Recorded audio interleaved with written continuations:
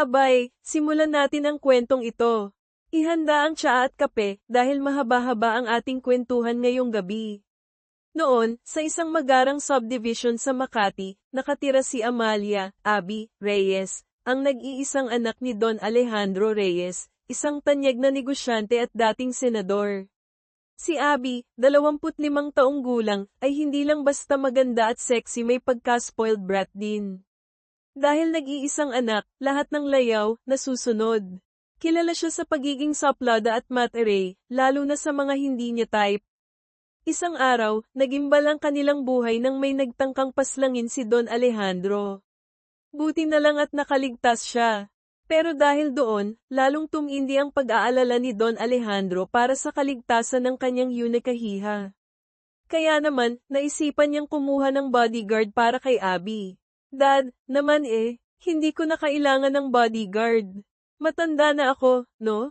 At saka, ayoko nga nang may sunod ng sunod sa akin, para akong aso, reklamo ni Abby, na parang batang inagawan ng candy.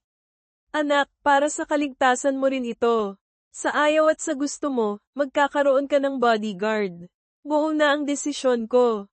Wala ka nang magagawa, mahinahong sagot ni Don Alejandro, pero may diin sa bawat salita. At dito na nga pumasok sa eksena si Ronaldo, Oni, Di Maano.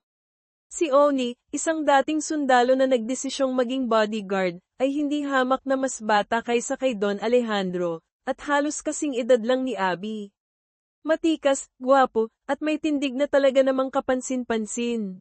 Oni, ikaw na ang bahala sa anak ko. Ipinagkakatiwala ko siya sa'yo. Alam kong kaya mo siyang protektahan, dahil isa ka sa mga pinakamagaling kong tauhan, sabi ni Don Alejandro kay Oni. Makakaasa po kayo, Don Alejandro. Ligtas po ang anak ninyo hanggat kasama niya ako, magalang na sagot ni Oni, sabay tingin kay Abby na nakasimangot. Mabuti, simula ngayon, si Abby na ang amo mo. Magre-report ka lang sa akin kung may kailangan akong malaman tungkol sa kaligtasan niya. Bantayan mo siya sa lahat ng oras. Siguraduhing hindi siya mapapahamak, bili ni Don Alejandro. Noted, Senator, sagot ni Oni. Noted, Senator, panggagaya ni Abby, halatang inis na inis. Ayaw niya talaga ng may nagbabantay sa kanya. Para siyang ibon na nakakulong sa gintong hawla. Napangiti na lang si Oni sa reaksyon ni Abby. Sa isip-isip niya, mukhang mapapasubo ako sa isang toa. Nagdadabog na umalis si Abby sa opisina ng kanyang ama. Balak sana niyang magpunta sa Greenbelt para mag-shopping, para mawala ang inis niya. Pero pagdating niya sa garahe, nakaharang na si Oni sa kanyang kotse. Senyorita, saan po ang punta natin? Tanong ni Oni. Hindi ka pwedeng umalis nang hindi ako kasama, dagdag pa niya, na parang pulis na nanghuhuli ng pasaway na driver. Kung hindi ka aalis dyan, sasagasaan kita, banta ni Abby, na pulang-pula na sa galit. Sige po, Senyorita, sagasaan niyo ako. Mas mabuti pang mamatay ako kaysa magalit si Don Alejandro kapag may nangyaring masama sa inyo, matapang na sagot ni Oni. Wala nang nagawa si Abby kundi ang magdabog at sumakay sa kotse. Pero bago siya mag-drive, binuksan niya ang pinto sa likod at sinigawan si Oni, Hoy! Anong ginagawa mo? Ginawa mo pa akong driver. Bumaba ka nga dyan? Natatawang bumaba naman si Oni. Anong nakakatawa? Inis na tanong ni Abby. Wala po, Senyorita. Mula ngayon, ipagdadrive ko na po kayo. Alam ko naman na wala na akong magagawa, sagot ni Oni, may himig ng pang-aasar. Kaligayahan ko ang paglingkuran ka, dagdag pa niya, na lalong ikinainis ni Abby. Tigilan mo nga ako sa mga hirit mo na yan. Hindi ako natutuwa. Bilisan mo at gusto ko nang magpunta sa mall para mawala ang inis ko sa'yo, utos ni Abby. Tahimik na nag-drive si Oni papunta sa Greenbelt. Sa totoo lang, ayaw din sana niyang maging bodyguard ni Abby. Kilala niya ang ugali nito moldita at masungit, tipikal na anak mayaman. Pero dahil tapat siya sa kanyang amo, wala siyang magawa kundi sumunod. Malaki na rin kasi ang naitulong ni Don Alejandro sa kanya at sa kanyang kapatid na si Nena. Pagdating sa mall, agad na bumaba si Oni para pagbuksan ng pinto si Abby at alalayan ito. Inis namang bumaba si Abby at naglakad papasok sa mall. Sumunod si Oni sa kanya, pero nang mapansin ni Abby na nakabuntot ito, hinarap niya ito. Ano na naman yan? Tanong ni Abby. Di sumusunod po sa inyo, Señorita, sagot ni Oni. Pwede ba? Bumalik ka na lang sa kotse. Hayaan mo akong mag-ikot mag-isa.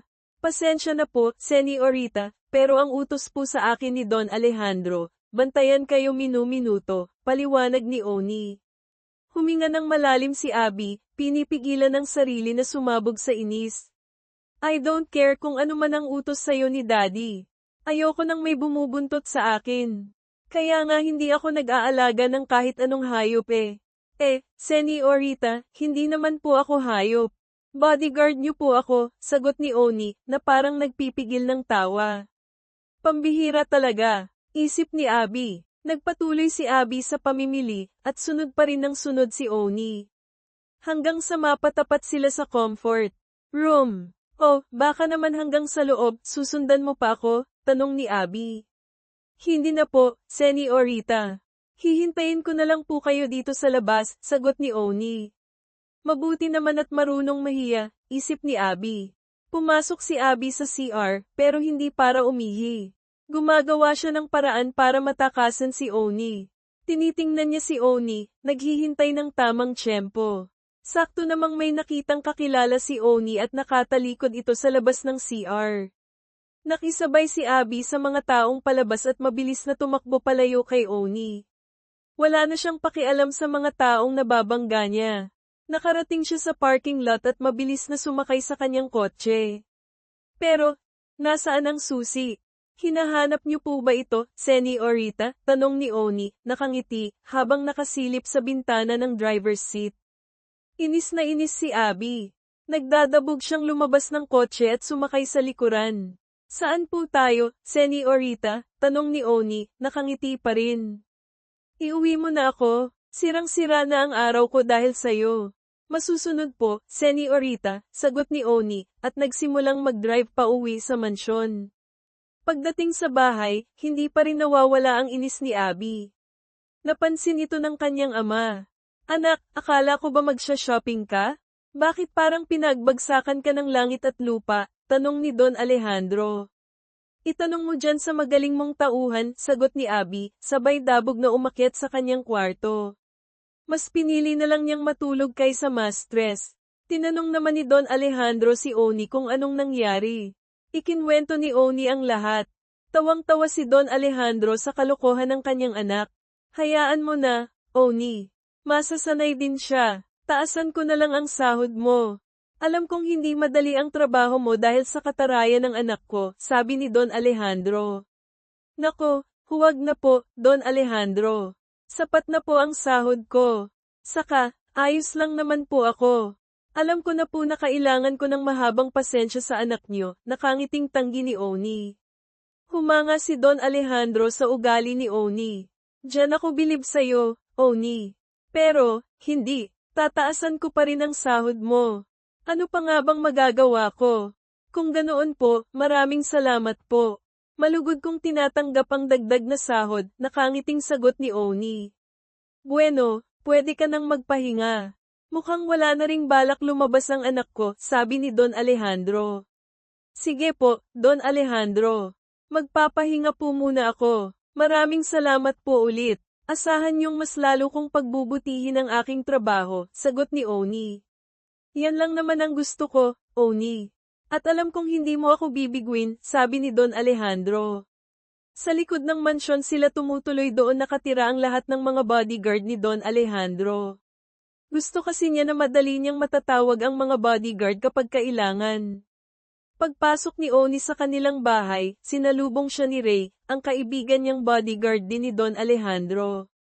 Pare, kinaya mo ba ang ugali ng anak ni Senator? Natatawang tanong ni Ray. Kinakaya pa naman. Parang maka-challenge ako sa kanya, pare, sagot ni Oni, habang hinuhubad ang kanyang jacket at sapatos. Bakit naman? Ibang level talaga ang katarayan ng Señorita. Hindi ko alam kung hanggang saan aabot ang pasensya ko, naiiling na sagot ni Oni. Natawa si Ray sa sagot ni Oni. Alam kasi nilang pareho na espesyal ang anak ng senador. May naisip akong solusyon, pare, sabi ni Ray, may himig ng kalokohan. Bakit hindi mo gamitin ang charm mo? Paibigin mo siya, pare? Tutal, gwapo ka naman at nasa'yo lahat ng katangiang hinahanap ng mga babae. Nako, tigilan mo nga ako, pare, sa kalokohan mong yan. Palibhasa, babero ka at puro panloloko ng chicks ang ginagawa mo. Huwag mo nga akong igaya sa'yo. Sus, pastahan. Kapag hindi mo siya mapaibig, I'm sure, ikaw naman ang mapapaibig niya. Mark my words, bro. Ako, iibig sa ubod ng sanggit na babae na yon. No way. Talaga lang, baka kainin mo mga salita mo, bro.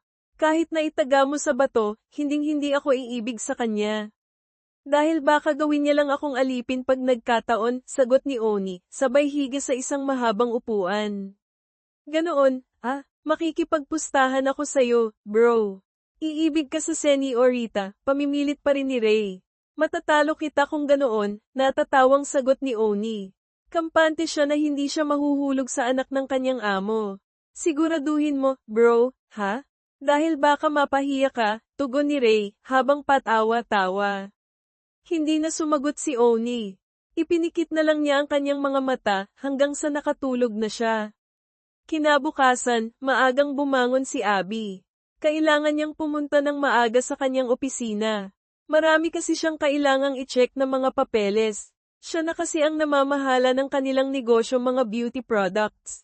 Ang mommy niya ang nagtayo ng negosyong ito, at ipinamana na sa kanya nang makagraduate siya.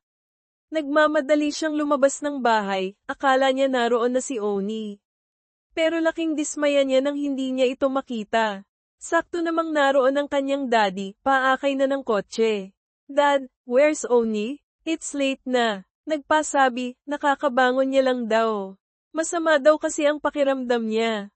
Sagot ni Don Alejandro. What? Oh my God. Imbes na makaalis ako ng maaga, hindi ko magawa dahil sa lalaking batugan na yun. Relax, Abby. You're the boss, remember? Wala namang sisita sa'yo sa office dahil ikaw ang may-ari noon.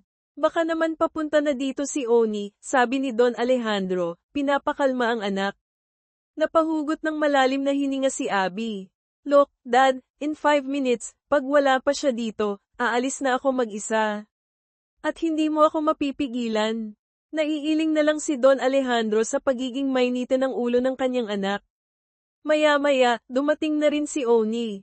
What time is it, Oni? Tanong ni Abby. Pasensya na po, Senyorita. Medyo masama po kasi ang pakiramdam ko paggising ko kanina. Medyo nahihilo po ako. Nagutom po kasi ako dahil hindi ako nakakain ng hapunan kagabi, paliwanag ni Oni. I don't care. At hindi ko tinatanong kung ano man ang nangyari sa'yo.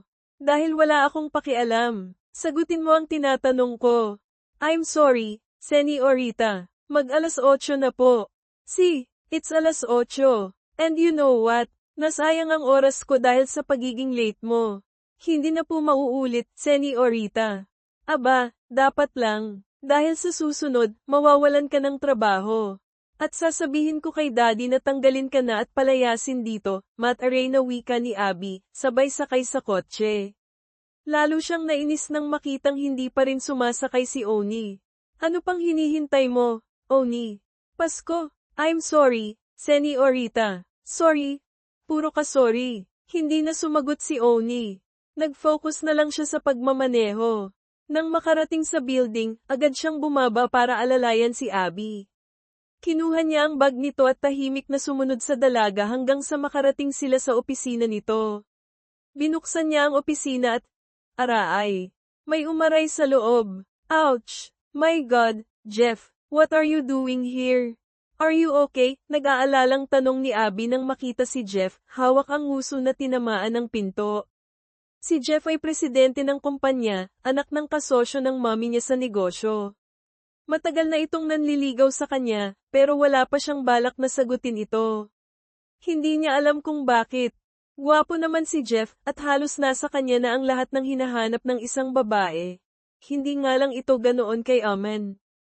I'm okay, Abby. Sino bang yang hindi marunong magdahan-dahan, galit na saad ni Jeff. Okay, don't mind him. He's just my bodyguard, sagot ni Abby. Bodyguard? Akala ko ba ayaw mo ng may bodyguard? Yeah, but you know daddy. Naging nerbiyuso nung nalagay sa panganib ang buhay niya. Kaya yun, kahit ayoko, wala na akong nagawa. Bakit kasi hindi mo na lang ako sagutin? Kaya naman kitang ipagtanggol kahit kanino. I love you. And you know that. Lahat gagawin ko para sa'yo, Abby, sabi ni Jeff. Hindi maintindihan ni Oni kung bakit parang hindi niya gusto ang ginagawa ni Jeff. I love you so much, Abby, at handa akong gawin ang lahat para sa'yo, muling saad ni Jeff, at nagtangka itong halikan si Abby. Biglang sumingit si Oni, Señorita, saan ko po ilalagay ang bag mo? Hindi natuloy ang paghalik ni Jeff kay Abby. Natauhan naman si Abby at lumapit kay Oni para kunin ang kanyang bag. Nadismaya si Jeff. Tiningnan niya ng masama si Oni, pero nginitian lang siya nito. Akin na yan. Bumaba ka na at bumalik ka na sa kotse. Pwede ka ring umalis muna kung gusto mo. Sunduin mo na lang ako mamayang hapon, sabi ni Abby kay Oni. Opo, Señorita, sagot ni Oni, at dahan-daang naglakad palabas ng opisina. Pero, nakita niya sa salamin ng pinto na lumapit ulit si Jeff kay Abby at hinawakan ang mga kamay nito. Nakita rin niya na muling hahalikan nito si Abby. Naging malikot ang kanyang paningin. Sakto, may nakita siyang isang empleyado na may bitbit na kape. Mabilis niya itong kinuha. Akin na to, nakangiting saad ni Oni sa empleyado. Imbes na magalit, ngumiti pa ang babae at nagpakyut kay Oni. It's okay. Baka gusto mo pa, ipagtitimpla kita, Mr. Pogi, pabebing saad ng empleyado. Ginantihan din ito ng ngiti ni Oni. Salamat, ani Oni. Nagmamadaling lumakad si Oni papasok sa opisina ni Abby. Señorita, baka gusto mo ng kape? Gulat na gulat at inis na inis si Jeff sa pagbabalik ni Oni. Muling naudlot ang plano niyang paghalik kay Abby. Hinarap niya si Oni at tangkang susuntukin, pero nailegan ito ni Oni. Dahil doon, naibuhos niya ang kape kay Jeff. What the hell? Galit na saad ni Jeff. Muling tinangkang suntukin ni Jeff si Oni, pero nailegan na naman ito. Ano ba? Tumigil na nga kayo, sigaw ni Abby. Siya, Señorita, anong ako? Gago ka pala, inis na sagot ni Jeff, at muling sinuntok si Oni. Nailegan na naman ito ni Oni. Ano ba? Muling sigaw ni Abby. Señorita, hindi ako, muling saad ni Oni, habang umiilag. Titigil ba kayong dalawa o hindi? Galit na saad ni Abby. Hindi nagpaawat si Jeff. Hinayla na siya ni Abby. Saka lang siya natigil. Kilalanin mo ang binabangga mo, pre, ha? Ano, hindi ka ba talaga titigil? Siya, bastos. Ano ba, Jeff? Pwede ba, lumabas ka muna ng opisina ko? What? Bakit ako, hindi makapaniwalang saad ni Jeff? Ay, said, get out, Jeff, sigaw ni Abby. Hindi na sumagot si Jeff. Wala na siyang nagawa kundi lumabas ng office. Pero bago siya lumabas, tiningnan niya ng masama si Oni. Hindi pa tayo tapos, nagbabantang saad ni Jeff. Nang makalabas si Jeff, galit na binalingan ni Abby si Oni. Wala ka na ba talagang magagawang tino sa araw na to, Oni? Hindi mo ba kilala ang lalaking binabastos mo? Presidente yon ng kumpanya. Ganyan ba talaga kabastos ang ugali mo? I'm sorry, Señorita, pero nakita niyo naman siguro na siya ang nagsimula, at hindi ako. Nagmagandang loob lang naman po ako na dalhan ka ng kape dahil naisip ko na baka hindi ka pa nag-aalmusal. Mali po ba yun, pangangatwiran ni Oni? Siya man o ikaw ang nagkamali, ang punto ko ay huwag kang makikialam sa buhay ko. Nag-almusal man ako o hindi, hindi ko kailangan ng pag-aalala mo. Dahil wala kang pakialam sa buhay ko. You are just my bodyguard. At binabayaran kita sa pagtatrabaho mo sa akin. At wala kang karapatang panghimasukan ng buhay ko. Naiintindihan mo, galit na saad ni Abby. Nasaktan si Oni sa mga masasakit na salita ni Abby. Hindi niya alam kung bakit siya nasasaktan. Basta ang alam niya, tagos sa puso ang sakit ng lahat ng sinabi nito. I'm sorry, Señorita. Hindi na po mauulit. Talagang hindi na. Kahit kailan, ay hindi na mauulit pa ang lahat. Because you're fired. Wag naman po, Senyorita. Kailangan ko po ang trabahong to dahil pinapagamot ko po ang kapatid kong may hepa. Maawa naman po kayo sa akin. I don't care. Tandaan mo, ayoko nang makita pa ang pagmumukha mo sa pag-uwi ko sa bahay. Dahil sinisiguro ko sa'yo na kahit si Daddy, walang magagawa kapag sinabi kong palayasin ka niya. Mas mahal niya naman yata ako kaysa sa'yo. Sobra naman po kayo, Senyorita. Matagal na po akong nagseserbisyo sa daddy niyo at ngayon lang po ako nagkamali. Kung nagkamali man po ako, hindi naman po siguro makatarungan kung tatanggalin niyo agad ako sa trabaho ng ganoon-ganoon lang. Bakit? Mas marunong ka pa sa akin, ha? Basta, ayaw na kitang makita. Period. Now you can live. And don't worry, papasok pa rin sa account mo ang huli mong sweldo. At para sa kapatid mo, dadagdagan ko ng konti ang ipapasa ko sa'yo. Dahil ayokong makonsensya, at ayokong ako ang sisihin mo sa oras na may mangyaring masama sa kapatid mo, mahabang litanya ni Abby. Kung hindi lang siguro babae si Abby, nasuntok na ito ni Oni. Matagal niya itong tinitigan bago siya tuluyang umalis sa opisina nito. Dumiretso siya sa kanilang bahay. Napansin ng kanyang kapatid na si Nena ang lungkot ng kanyang kuya. Kuya, ayos ka lang po ba? Oo naman. Mabuti naman po kung ganoon. Bakit po pala umuwi kayo? Martes pa lang po, di ba? Nagtatakang tanong ni Nena. Tuwing Sabado lang kasi umuwi si Oni para dalawin siya. Silang dalawa na lamang ang magkasama dahil patay na ang kanilang mga magulang. Nitong huling taon lamang nila nalaman na may cancer sa dugo si Nena. Hindi matanggap ni Oni na magkaroon ng sakit si Nena dahil sa murang edad nito 7 taong gulang pa lang kasi ang kanyang kapatid. Mula nang mamatay ang kanilang mga magulang, si Oni na ang sumalo sa lahat ng responsibilidad. Halos maliit lang ang sinasahod niya sa pagiging sundalo. Kaya naman, nang alukin siya ni Don Alejandro ng trabaho at mas mataas na sahod, nag-AWOL siya sa serbisyo at nagtrabaho sa senador, para mabigyan niya ng magandang buhay ang kanyang kapatid at may pagamot. Ngunit dahil tinanggal na siya ni Abby, hindi niya alam kung saan magsisimula. Masama kasi ang pakiramdam ni Kuya, kaya humingi muna ako ng bakasyon. Kaya makakasama mo ako ng matagal-tagal, at makakapagpahinga naman si Aling Inday na magbabantay sa'yo. Diba, gusto mo yun? Nakangiting saad ni Oni. Oo naman po, Kuya. Gustong-gusto ko po yun. Namiss na nga po kita, magbihis ka, mamasyal at magsasaya tayo ngayon maghapon. Talaga po, yehey, masayang saad ni Nena. Tinulungan ni Oni na makapagbihis ang kanyang kapatid. Pagkatapos, umalis na sila para pumunta sa Manila Zoo. Masayang-masaya si Oni na makitang masaya ang kanyang kapatid. Ngunit, sa kabila ng saya na yun, naroon ang takot at pangamba sa kung anong maaaring mangyari sa kanila ngayong wala na siyang trabaho. Nang matapos silang mamasyal sa zoo, dinala naman ni Oni ang kanyang kapatid sa isang mamahaling restaurant. Medyo may naipon naman kasi siya, kaya gusto niyang ibigay lahat ng makakapagpasaya sa kanyang kapatid. Kuya, ang sarap ng pagkain dito. Ano, siguro mahal po to? Huwag mo nang isipin kung mahal ba to o hindi. Basta, magpakabusog ka at lasapin mo ang pagkain. Dahil yan ang regalo ko sa'yo, dahil sa pagiging good girl mo habang wala si Kuya sa bahay. Thank you po, Kuya. Love na love po talaga kita, masayang sagot ni Nena. Lingid sa kanilang kaalaman, may isang taong nakamasid sa kanila mula sa malayo si Abby. Mababakas sa mukha niya ang awa sa batang kasama ni Oni. Napakapayat nito, at kitang-kita ang pagkaputla. Naalala niya ang sinabi sa kanya ni Oni noon na may sakit ang kapatid nito. Parang nakadama siya ng konsensya. Nakita ni Abby na tumayo si Oni at iniwan ang batang babae mag-isa. Nakita niya itong papunta sa CR. Ewan niya ba kung bakit parang may sariling isip ang kanyang paa at mabilis siyang lumapit sa bata.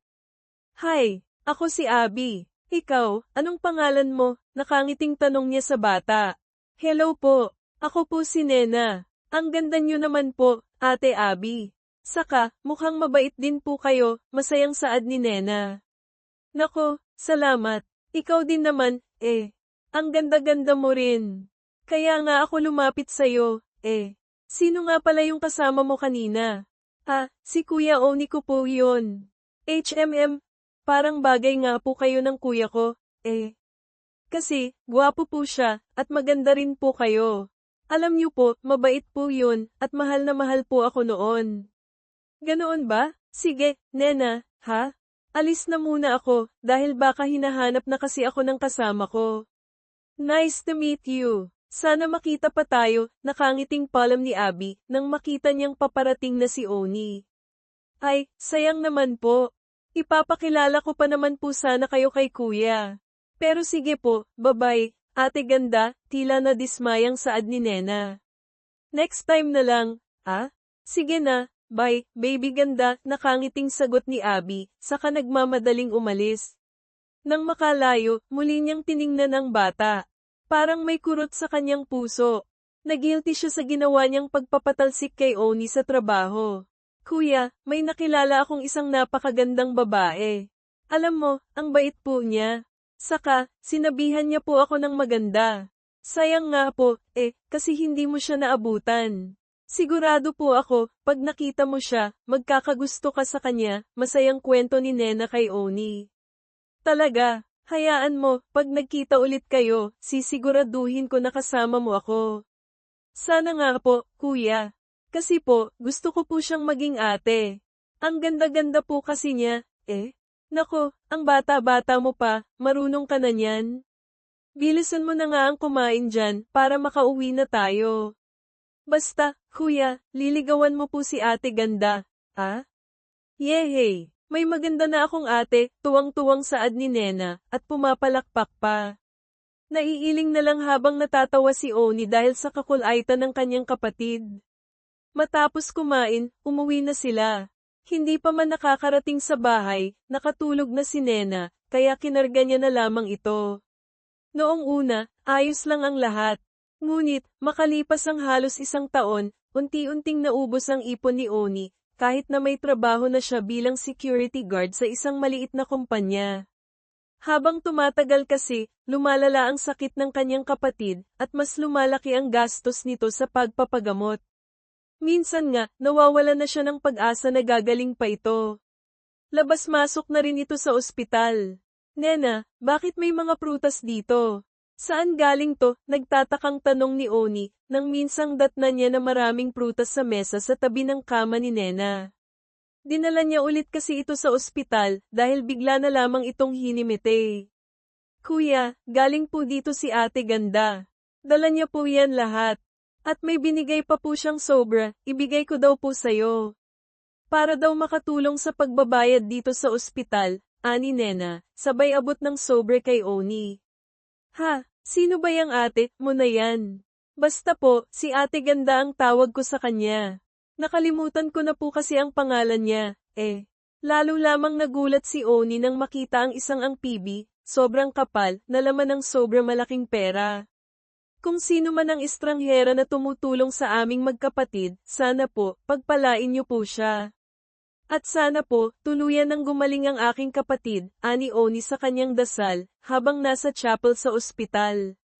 Nagpapalabas na siya, nang parang may nakita siyang isang babae na parang pamilyar sa kanya.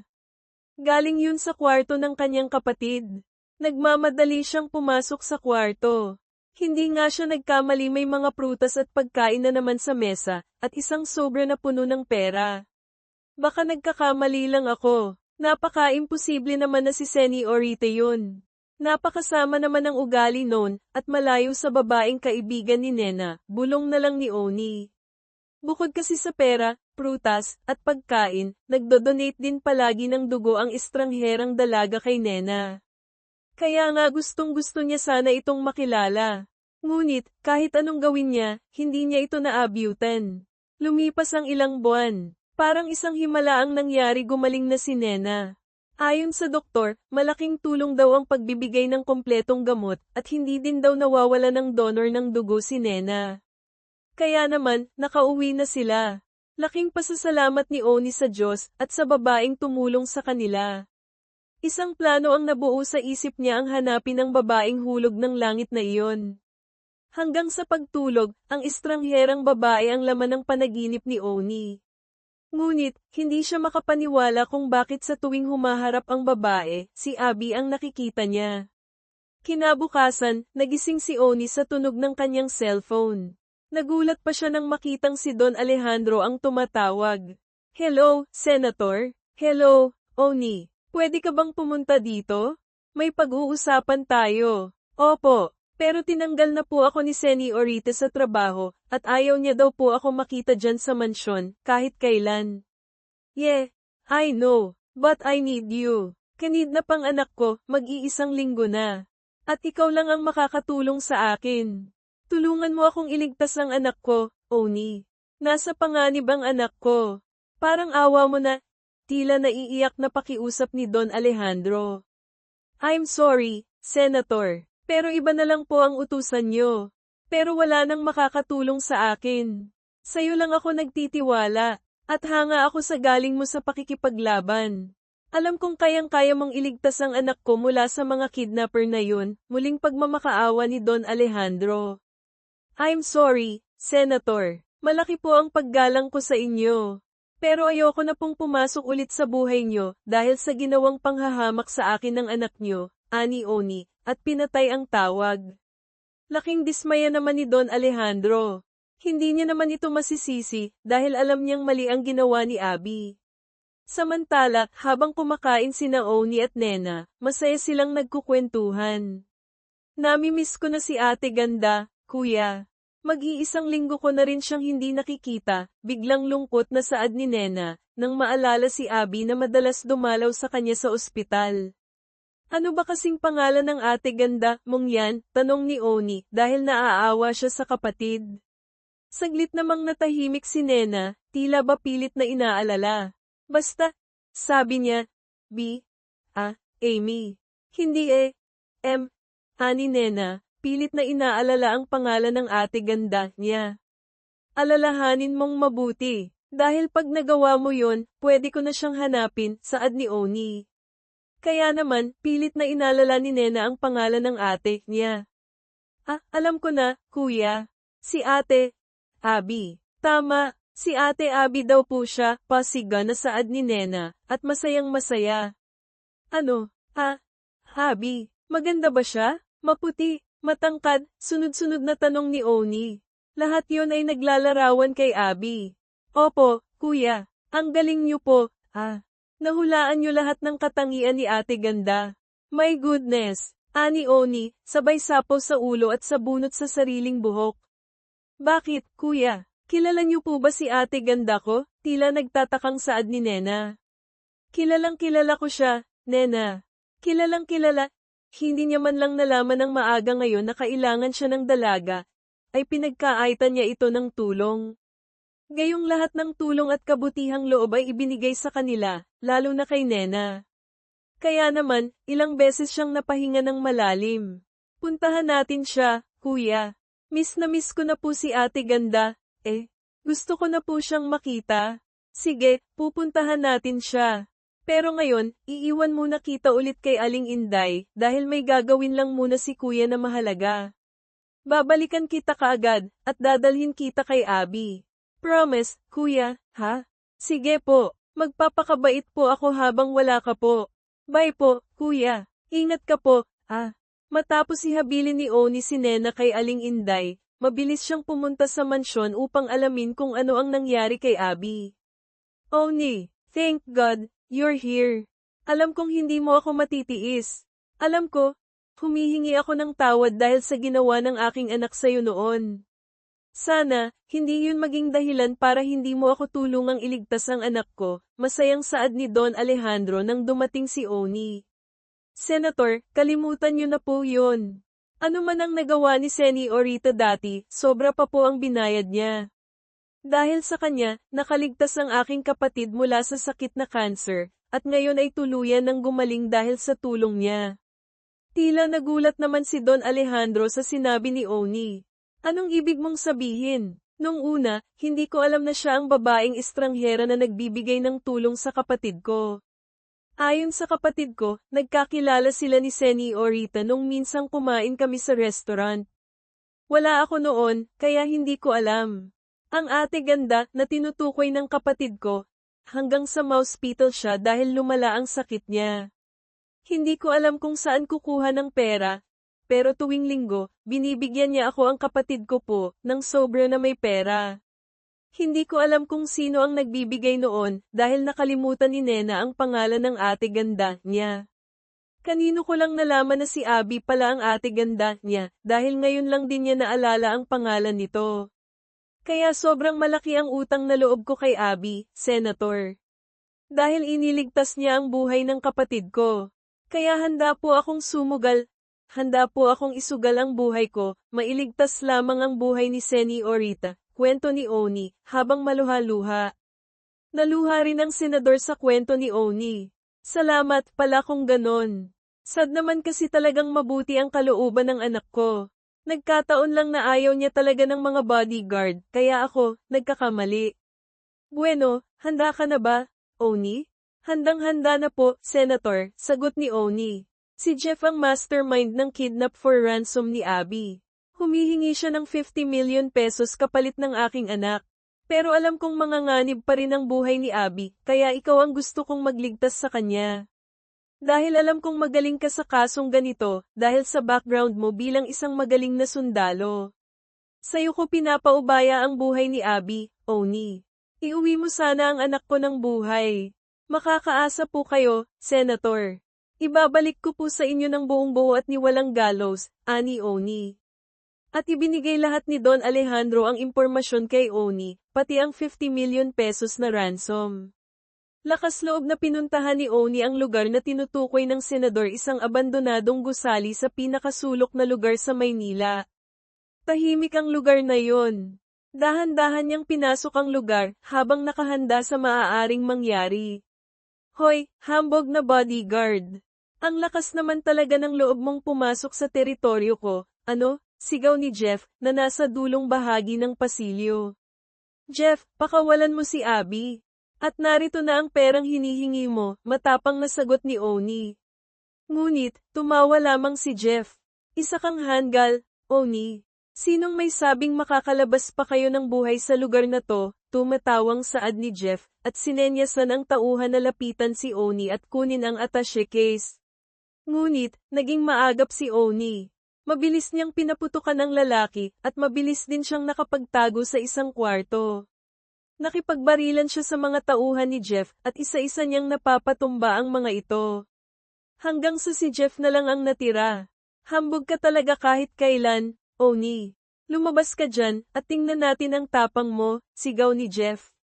Ngunit, hindi lumabas si Oni. Lihim niyang sinilip si Jeff, at nakita niyang hawak nito si Abby. Isa kang duwag, Jeff. Nagtatago ka pa sa palda ng isang babae. Kung matapang ka talaga, bitawan mo si Seni o Rita, at tayo ang magharap, pasiga na hamon ni Oni. Masyado kang matapang, Oni. Lumabas ka dyan, Oni. Huwag kang lalabas. Papatayin ka lang din naman ng ahas na yan, sigaw ni Abby. Tumigil ka, Abby, galit na saway ni Jeff. Lumabas ka dyan, Oni. Bahala ka, baka mangati ang kamay ko at makalabit ko ang gatilyo. Sayang naman ang kagandahan ng babaeng ito. Huwag, Oni. Umalis ka na. Pabayaan mo na ako. Umalis ka na, please. Ayokong may mangyaring masama sa'yo. Dahil kawawa naman ang kapatid mo kapag may nangyaring masama sa'yo. Tumahimik ka, galit na sambit ni Jeff. Ngunit, lingid sa kaalaman ni Jeff, nakaikot na pala si Oni at nasa likuran na niya ito. Mabilis na napalo niya si Jeff sa batok, at kaagad naman siyang nawala ng malay. Halos bumagsak naman si Abby nang mabitawan siya ni Jeff. Masyado kasing mahigpit ang pagkakahawak nito sa kanya, kaya halos hindi na siya makahinga ng maayos. Ayos ka lang po ba, Seni o Rita? Nag-aalalang saad ni Oni, at kaagad na nilapitan si Abby at ainal-alayan itong makatayo. Ayos lang ako. Maraming salamat, Oni. Walang anuman, Seni o Rita. Responsibilidad ko po ang iligtas ka. Anong ibig mong sabihin? Saka, bakit ka narito? Paano mo nalaman na nandito ako? Narito ako para ibalik ang kabutihang loob na ginawa mo sa aking kapatid. Pasensya ka na, ngayon ko lang nalaman na ikaw pala ang tinatawag na ate ganda, ni Nena. Nakalimutan niya daw kasi ang pangalan mo, at ngayon niya lang naalala. Tinawagan ako ng daddy mo para humingi ng tulong na iligtas ka. Tumanggi ako dahil masama pa rin ang loob ko dahil sa ginawa mo. Pero, nang masabi ni Nena na ikaw pala ang ate ganda niya, kaagad akong pumunta sa mansyon upang kausapin ang daddy mo. At nangako ako na ibabalik ka ng ligtas sa daddy mo. Napaluha na lamang si Abby dahil sa narinig. Nakita kasi kita noon nakasama ang kapatid mo. Naawa ako sa itsura niya, at hindi ko mapigil ang lapitan siya at kausapin, habang wala ka. At nang malaman ko na naospital siya dahil lumalala na ang sakit niya, kaya tinanong ko ang doktor niya kung anong possibility na makaligtas siya. Sabi nito, ay malaki ang posibilidad na mailigtas siya kapag nakompleto sa gamot at regular ang pagsasali ng dugo. Nagkataon na magka-type kami, kaya nag-volunteer na ako na mag-donate ng dugo sa kanya, at regular na bigyan ng pera para gamitin sa pagpapagamot niya. Kaya nga, isang napakalaking utang na loob ang ginawa mo, Señorita. At alam ko na hindi pa sapat ang lahat ng ginawa ko para makaganti sa kabutihan mo. Hindi naman ako humihingi ng kapalit, Oni. Makita ko lang na magaling na si Nena, ay masaya na ako. At saka, pasensya ka na. Palagi din kasi akong tinatanong ni Nena ng pangalan ko, pero patuloy kong sinasabi na ate ganda, na lang itawag niya sa akin. Ayoko kasing malaman mo na ako ang tumutulong sa inyo. Dahil naisip ko na baka magalit ka at hindi mo tanggapin. Basta, para sa kapatid ko, ay handa akong tanggapin ang lahat. Handa akong lunukin ang pride ko, kung ikakaligaya to ni Nena. Napakaswerte naman ng kapatid mo, dahil may napakabait siyang kuya na kagaya mo. Hanga ako sa'yo, Oni. Nako, salamat po, Señorita. Pero responsibilidad ko po yun bilang isang kuya. Sos, pahambal ka pa. Tayo na nga, baka magising pa ang mga kidnappers na yan. Oo nga pala, nakalimutan ko na tuloy, natatawa namang sagot ni Oni. Nakangiti silang lumabas ng abandonadong gusali na iyon. Habang paparating naman ang mga pulis. Iniwan na nila ang mga pulis sa paghuli sa grupo ni Jeff. Inuwi ni Oni si Abby sa mansyon ng ligtas at wala ni isang gallows, kagaya ng ipinangako niya kay Don Alejandro. Abby, anak, I'm glad you're safe, masayang saad ni Don Alejandro. Agad ding lumabas ang mommy ni Abby at yamakap ng mahigpit sa dalaga. Anak ko, masyado akong nag-alala sa'yo. Hindi ka ba nasaktan, anak? Wala bang masakit sa'yo? Gusto mo bang dalhin kita sa ospital? No, mommy, I'm okay. Thank you, Oni, sa pagligtas sa anak ko. Dahil dyan, may reward ka sa akin. Ibibigay ko sa iyo ang isang maliit na kumpanya na binubuksan ko pa lamang. Ikaw na ang baalang magpalago roon. At sana, ingatan mo at palagwin mo yun ang motor shop, masayang saad ni Don Alejandro kay Oni. Nako, huwag na po, Senator. Hindi naman po ako humihingi ng anumang kapalit. Dahil ang ginawa ko po, ay pagtanaw ng utang na loob, dahil sa pagtulong ni Señorita sa aking kapatid. Kaya hindi ko po matatanggap ang anumang ibabayad mo, Senator, mariing pagtanggi ni Oni. Humanga si Abby sa pagtanggi ni Oni. Iyon ay nangangahulugan lamang na may mabuting puso at kalooban ang binata. Dahil doon, may kakaiba siyang naramdaman sa kanyang dibdib. Hindi naman to bayad, Oni. Ito ang pagtanaw ko lang din ng utang na loob sa pagligtas mo sa buhay ng aking anak. Maraming salamat po, Senator. Pero hindi ko po talaga matatanggap yan. Masaya po ako na nailigtas ko ang anak ninyo, at naiuwi ko po siya ng buong-buo at ligtas, kagaya ng ipinangako ko sa inyo. Mauna na po ako, nakangiting sagot ni Oni, saka naglakad palabas ng mansyon.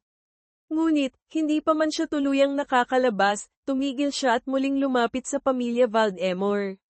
Bakit ka bumalik, Oni? Tatanggapin mo ba ang offer na pasasalamat ko sa'yo? Nakangiting tanong ni Don Alejandro.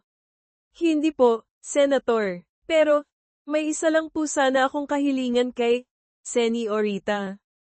Ano yun, Oni? Señorita, pwede ka po bang madalaw ni Nena paminsan-minsan?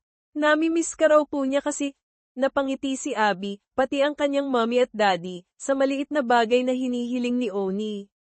Ayun lang ba? Oo naman. Kahit anong oras, ay pwede mo siyang dalhin dito. Pwede ring ako na lang ang dumalaw sa kanya. Nami-miss ko na nga rin siya, nakangiting sagot ni Abby. Napakabuti mong tao talaga, Oni. Hindi ako nagkakamali ng pagkakilala sa'yo. Salamat po, Senator. Dad, pwede po ba akong mag-request? Ano yun, anak? Pwede po bang i-hire mo si Oni as my bodyguard? Natatakot po kasi ako na baka maulit pa ang nangyari, ani Abby, na ikinagulat ng lahat, lalong-lalo na ni Oni. Oo naman. Oh, narinig mo ba, Oni? Pwede bang kunin ulit kita bilang bodyguard ng anak ko? Nakangiting tanong ni Don Alejandro. Nabigla si Oni, pero naisip niya na kailangan niya ng trabahong iyon dahil malaki kung magpasahod ang pamilyang Valdemor. Kaya, nakabuo siya ng isang desisyon para sa kanyang kapatid. Saka, baka naman ay hindi na siya pagsungitan ni Abby dahil ito na mismo ang nag-request. Ha? Sige po, para sa kapatid ko. Payag po ako, Senator, nakangiting sagot ni Oni. Very good. O siya, you're hired. As the bodyguard of my daughter, Abby, masayang saad ni Don Alejandro. Thank you, Oni. Don't worry, hindi na ako magsusungit, natatawang saad ni Abby. Dapat lang, anak, dahil wala ka nang mahahanap na kagaya ni Oni na matapat, matapang, at maaasahan, responsable pa. At higit sa lahat, gwapo, saad ng mommy ni Abby. Mommy naman, saad ni Abby, na nagulat at nahiya sa huling sinabi nito. Tama ang mommy mo, Abby. Alam mo, mas boto pa ako kay Oni kaysa dyan sa mga spoiled na manliligaw mo, lalo na sa Jeff na yon. Dad naman, baka may girlfriend yang si Oni, lagot kayo, nahihiya namang saad ni Abby, habang namumula ang pisngi. May nobya ka na ba? Oni, diretsong tanong ni Don Alejandro. Wala pa po, Senator. Pero, hindi naman po kami bagay ng anak niyo, bakit mo naman nasabi na hindi kayo bagay? Mayaman po kayo, at mahirap lang ako. Kaya, langit at lupa po ang pagitan namin. Nagkakamali ka, mayaman ka rin. Mayaman ka sa kabutihan, at yun pa lang, ay sapat na para sa amin para tanggapin ka bilang manugang. Dad, can you please stop? Nakakahiya sa tao. Oh, bueno, Oni, ikaw nang bahala sa anak ko mula ngayon, ha? Naguluhan si Oni at Abby sa sinabi nito, habang parehong namumula na ang mga pisngi. Dad, gulat na saad ng dalaga. Diba, bodyguard mo siya? Dapat lang na ipagkatiwala kita sa kanya, anak, natatawang saad ng Don. Naiiling na lamang ang dalaga sa kanyang ama. Kulang na lang kasi ay ibugaw siya nito kay Oni. Pero, ang hindi niya maunawaan ay kung bakit kinikilig siya, at nangangarap na sana ay maging sila nga ni Oni. Sige po, Senator, Seniorita. Uuwi po muna ako para magpaalam sa kapatid ko, saad ni Oni, at kaagad na tumalikod at umalis. Nang makalabas siya ng mansyon, saka lamang siya parang nakahinga ng maayos. Masyado kasi siyang nahatsit kanina sa loob. Pero, nagtataka siya kung bakit natuwa siya. Nang malaman niya na boto pala sa kanya ang mga magulang ni Abby. Parang nakadama siya ng excitement at kakaibang kaba sa dibdib niya. Kinabukasan, dinala ni Oni si Nena sa mansyon para makita si Abby. Ate ganda, sigaw ni Nena nang makita si Abby sa hardin, habang nagdidilig ng mga halaman. Agad namang napalingon si Abby, at napangiti nang makitang tumatakbo si Nena palapit sa kanya. Kaya naman, sinalubong na niya ito para yakapin. Baby ganda, masayang bati ni Abby, saka niyakap si Nena. Masaya si Oni habang pinapanood ang kapatid at si Abby. Napapatitig siya kay Abby, habang masayang nakikipaglaro sa kanyang kapatid. Kakaiba ang nararamdaman niya. Parang, nahuhulog ang loob niya dito. Mukhang panalo ata ako, bro, biglang saad ni Ray, na bigla na lamang sumulpot sa likuran ni Oni. Aray naman, ani Oni, na nagulat. Masyado ka kasing tutok sa pagtitig kay Seniorita, kulang na lang, pumusyaw ka habang tinititigan siya. Pangiti-ngiti ka pa talaga habang nakatitig. In love ka na, bro. In love ka na, tumatawang saad ni Ray. Hindi siya makasagot. Dahil mukhang totoo nga ang sinasabi nito. Kaya, napapailing na lamang ito habang nakangiti. Makalipas ang ilang araw, nagsimula na sa trabaho si Oni bilang driver at bodyguard ni Abby. Saan ko po ilalagay ang mga gamit mo, Señorita? Tanong ni Oni nang makapasok sila sa office nito. Pakipatong na lang sa table ko, Oni. Baka gusto mo magkape? Magtimpla ka muna doon sa maliit kong kusina. Huwag na po, Señorita. Nakakahiya naman. Sa kanti, na lang po akong magkakape, Oni, naman. Sige na, pumunta ka na sa kusina at huwag ka nang mahiya. Saka, baka pwedeng ipagtimpla mo na rin ako. Sige na nga po, Señorita, sagot na lamang ni Oni, saka pumunta sa kusina. Sinundan ng tingin ni Abby si Oni. Hindi niya malaman kung bakit masaya siya tuwing makakasama niya si Oni. Agad namang lumabas si Oni, hawak ang 2 tasa ng kape. Kape po, Señorita. Pasensya na po kung hindi masarap, ani Oni, sabay abot ng kape kay Abby. Nagulat si Abby nang makita ang kape may foam yun, at may nakasulat na, I love you. Kaya naman, napatingin siya sa mga mata ni Oni, at nagkatitigan sila. Anong ibig sabihin nito, Oni, ani Abby, halos pabulong ang boses.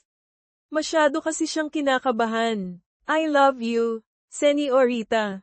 Mula nang makita-kita ulit, ay kaagad nang tumibok ang puso ko para sa'yo. Alam mo bang masyado akong nag-aalala nang makita kong bihag ka ni Jeff? At habang lumilipas ang araw, ay parang mas napapatunayan ko na mahal na nga kita, dahil sa kakaibang tibok ng puso ko tuwing nakikita kita, seryosong saad ni Oni, habang nakatitig sa mga mata ni Abby. Napaluha si Abby dahil sa mga sinabi ni Oni. Hindi niya inasahan na sa kagaya ni Oni mahuhulog ang puso niya. I love you too, Oni. Nagkamali man ako noon sa pagtrato ko sa'yo, yun ay lubos kong pinagsisisihan. Mula nang iligtas mo ako, ay kaagad nang nahulog ang puso ko dahil nakita ko kung gaano kakabuting tao. Pinatunayan mo na hindi pera ang sukatan sa lahat. Mahirap ka man, pero mas mayaman ka pa sa mga mayayaman na may maitim na kalooban, saad ni Abby. Kaya naman, kaagad na niyakap ng mahigpit ni Oni si Abby. Pagkatapos, ginawaran niya ng isang masuyong halik sa mga labi ang dalaga. Makalipas ang ilang linggo, kasama ni Oni si Abby sa pag-uwi sa kanilang bahay. Balak na kasi nilang ipaalam kay Nena ang kanilang relasyon. Kuya, ate ganda, masayang saad ni Nena nang dumating sila. Baby ganda, guess what, Nena, nakangiting saad ni Oni sa kanyang kapatid. Ano po yun, kuya? Kami na ng ate ganda mo. Girlfriend na siya ni kuya, masayang balita ni Oni kay Nena. Gulat na gulat si Nena. Talaga, kuya? Ate ko na talaga si ate ganda? Hindi pa. Pero, kapag ikinasal na kami, magiging ate mo na talaga siya. E pakasalan mo na siya agad, kuya? Hindi pa nga ako nagpo-propose, Paano po ba mag-propose? Inosenteng tanong ni Nena. Kailangan may sing-sing. Nagulat na lamang si Oni nang biglang tumakbo si Nena sa kwarto, at maya-maya ay bumalik ito at may ibinigay kay Oni. Saan mo naman to nakuha, Nena? Nakuha ko yan doon sa mga gamit ni nanay, kuya. Pwede na po siguro yan. Sing-sing ito ni nanay nang ikasal siya kay tatay. Ibinigay niya sa akin, para ibigay sa babaeng pakakasalan ko, ani Oni. Saka humarap kay Abby at biglang lumuhad. Napatakip naman si Abby sa bibig dahil sa pagkabigla. Abby, babe, will you marry me? Masuyong tanong ni Oni. Hindi na napigil ang lumuha ni Abby. Yes, I will marry you, babe, umiiyak na sagot ni Abby. Isinuot ni Oni ang singsing sa dalaga, saka ito niyakap ng mahigpit. Tumalon-talon pa habang pumapalakpak naman si Nena dahil sa sobrang saya. Yehey! May ate na ako, masayang saad ni Nena. Nang gabi ring yun, pumunta si Oni sa mansyon ng mga Valdemar upang hingin ang kamay ni Abby. Wala namang pagtutol ang mag-asawa. Wala kaming ibang masasabi kundi, masayang-masaya kami para sa inyo. Sagot ko lahat-lahat para sa kasal, hanggang sa honeymoon. Masayang saad ni Don Alejandro. Hindi na kumontra pa si Oni, dahil alam niyang iyon din ang ikakasaya ng mga magulang ni Abby. Makalipas ang ilang buwang paghahanda, idinaos na ang marangyang kasal ni Oni at Abby sa mansyon ng mga Valdemar. Pagkatapos, lumipad sila papuntang Paris para sa kanilang honeymoon. Mula noon, masaya silang nagsama at bumuo ng isang masayang pamilya. At diyan na po nagtatapos ang bagong kabanata ng ating kwento. Sana ay muli niyo akong samahan sa mga bagong kwentong ihahatid namin sa inyo. Muli, ito po ang